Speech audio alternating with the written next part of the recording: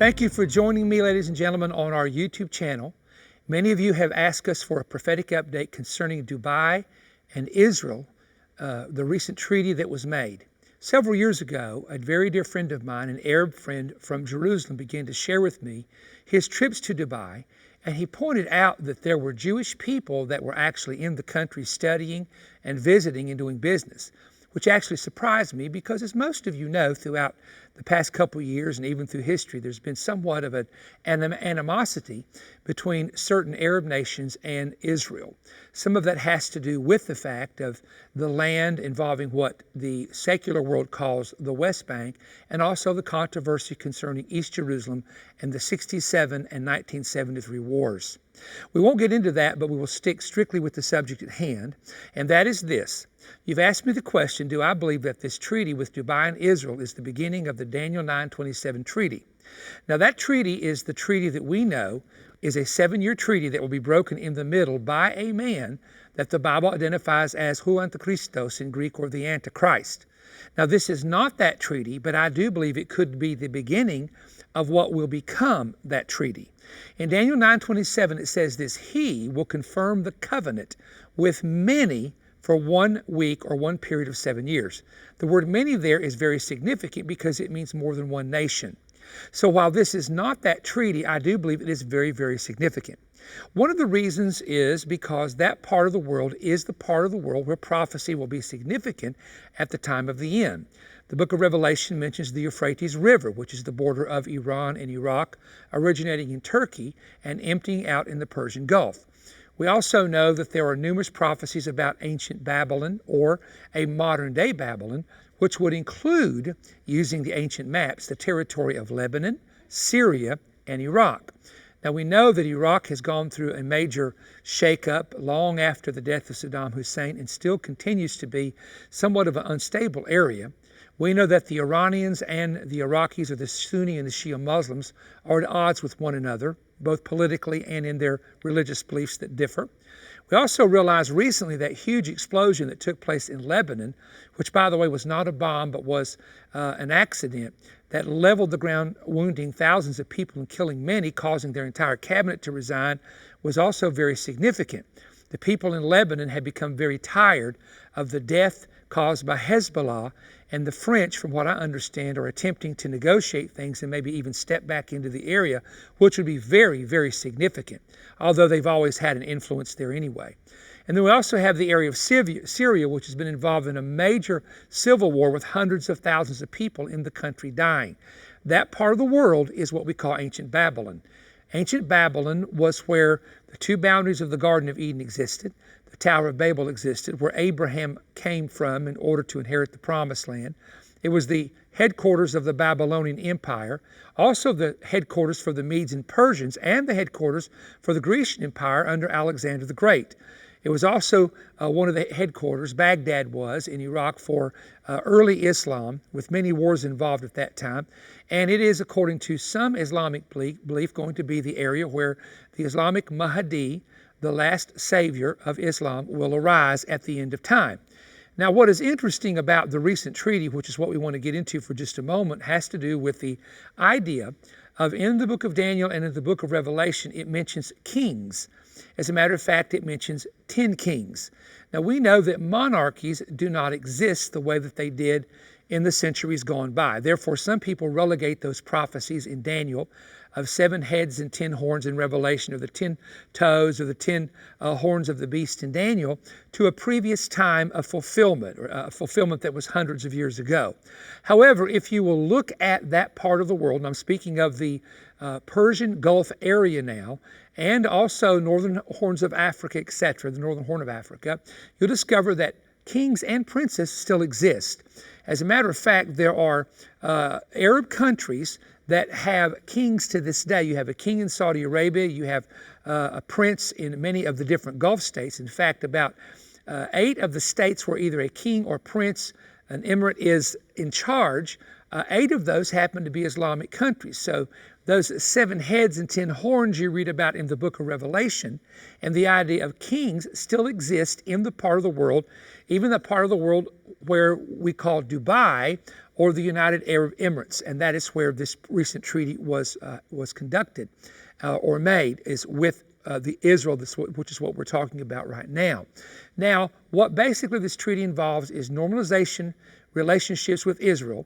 It is interesting that the United Arab Emirates permitted a mass with the Pope recently, which recognized the freedom of Christianity in the area. Saudi Arabia, by the way, is also behind this, and they have a very, in the eyes of most Saudis, a very liberal king in charge. He's very controversial, but nonetheless, who is in charge of the country. And while they cannot be directly involved, they are behind the scenes involved with a lot of what is taking place. And it provides also, and this is very important to understand, there is a huge threat from Iran. Iran is Shia Muslim, and it's the opposite of most of the Muslim states in the Gulf states who are Islamic states. But we look at this and we do understand that by Dubai coming in alignment with Israel and the United States, it causes the United States and Israel to be a protector of the city of Dubai and the United Arab Emirates should there ever be a major attack or an oil blockade coming from the country of Iran. Now, Israel and the United States both can step in and be involved in that case. Another thing, which would be a little bit controversial, would be Israel being able to use the airspace over Dubai in the event of a future attack against installations or nuclear installations in the country of Iran, which again, biblically is the country of Persia. Now, it's interesting that in the scripture, it talks about the beast that rises up out of the sea, and also a lamb with two horns rising up out of the earth. Dubai is one of those interesting countries that literally cities are rising up out of the sea. They have gone in and taken rock and sand, and they have entire islands with hotels and buildings, and you can, of course, look this up on the internet. It is also interesting, and I don't think this is necessarily prophetic, and let me make this clear, but it is interesting that most of the large buildings that are built in Dubai have the shape of a horn and are in the shape of the horn, including many of the hotels. Now, Dubai has become a tourist mecca and a tourist capital of the world for one reason, is they're slowly running out of oil and they have to have another source of income. Dubai also is a nation that has probably more gold owned by their leaders and by their government than almost any nation in the entire world. As a matter of fact, someone told me that there used to be, and there may still be, machines in airports where you can purchase gold out of a machine at the Dubai airport. They are the only country, to my knowledge, that has a 7-star hotel. Now, 5-star hotels are the highest that you can normally have, and there are many of those throughout the world, especially in major cities. But Dubai has one of the world's few 7-star hotels, and I wouldn't even want to, I think they even charge you so much money just to come in and look at the lobby.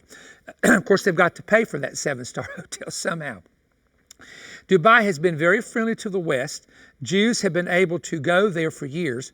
People with Israeli passports have not been rebuked or banned as other countries would ban them with an Israeli passport. Dubai has been a very moderate Arab nation. And again, islands are raising up out of the sea. The Danish are building cities in the sea. Very interesting. It rises up out of the sea. There were at one time 300 cranes with 300 buildings. Someone said the crane was the official bird of the United Arab Emirates. And so all of this is beginning to tie into place. Now, one of the things that's interesting, and I'm going to read this verse to you and just elaborate on it, and then we're going to wrap this up here. He, and this will be the future Antichrist, shall enter even into the fattest places of the province, and he shall do that which his fathers have not done, nor his fathers' fathers. He shall scatter among them the prey and spoil and riches. He shall forecast his devices against the strongholds, even for a time. The word fattest there is the Hebrew word shaman, which means to shine, but it also can have a reference to fat or oil. And richest places of the province, the word province there in Hebrew is Medina, and it so happens that Saudi Arabia has a city named Medina, and again, just an interesting connection here, which is the second holiest city in all of Islam, where their prophet Muhammad is buried. So it actually in Hebrew, Hebrew would mean a jurisdiction or a district. So that's the more literal interpretation for the word province there. So we know that this part of the world, and I'm abbreviating this, we have teaching from the book of Daniel, from the book of Revelation, other things that we have taught on this that you can get through our ministry, much more detailed. But we see that this area is very significant. So Dubai is the economic center of the world. I have known this for quite some time. It is a moderate nation. It is a pro-Western nation. It is the first nation to make, no, it's actually the second nation to make an agreement with Israel, Egypt being the first. So now we have Egypt, and now we have a Gulf state that's doing it. We have Saudi Arabia, which is actually changing in some ways, not in a public area, not in an area that would make the news, not in an area that would be known among the Arab world, but behind the scenes, people are seeing that begin to take place. So my point is that while this is not the treaty of Daniel 9:27, that has to initiate and begin at some point, and this could be the beginning of that. You know, in the United States, there are people that are getting very tired of watching their cities disrupted by anarchists. There are entire miles of cities, miles of shops and stores that are being burnt and being looted. People are getting tired of that. And in the Middle East, there has been a generation arise, most of them are under 30 years of age, who are very tired of the death, the beheadings, the suicide bombings that they've had to deal with for 30, 40, and 50 years in that part of the world. So there's something that's beginning to shift and something that is beginning to change. There will be in the future a treaty which will be made with Israel with many nations. And this will become the famous treaty of Daniel 9:27. When that begins to take place, you absolutely know without a doubt you are in the end of time and the time of the end. So I want us to understand the significance of the things that's happening. While we're not involved yet in pulpit ministry or traveling, and probably will not be for some time, and as you can tell, I have a very raspy voice. I'm having that checked this next week, and still having some physical challenges, but the Lord is helping me. We are able to come to you on the YouTube channel and do some occasional updates on Facebook, because so many tens of thousands of you have said, Perry, please inform us of what you feel like the Lord is sharing with you. That is my call. And there's one thing about a call from God. People can't take it from you. It's God that called you. It's God that will keep you. And it's God that will preserve you in the days ahead. So I lean upon the fact that God called me to do what I am doing, of which I'm very, very grateful and very, very humbled.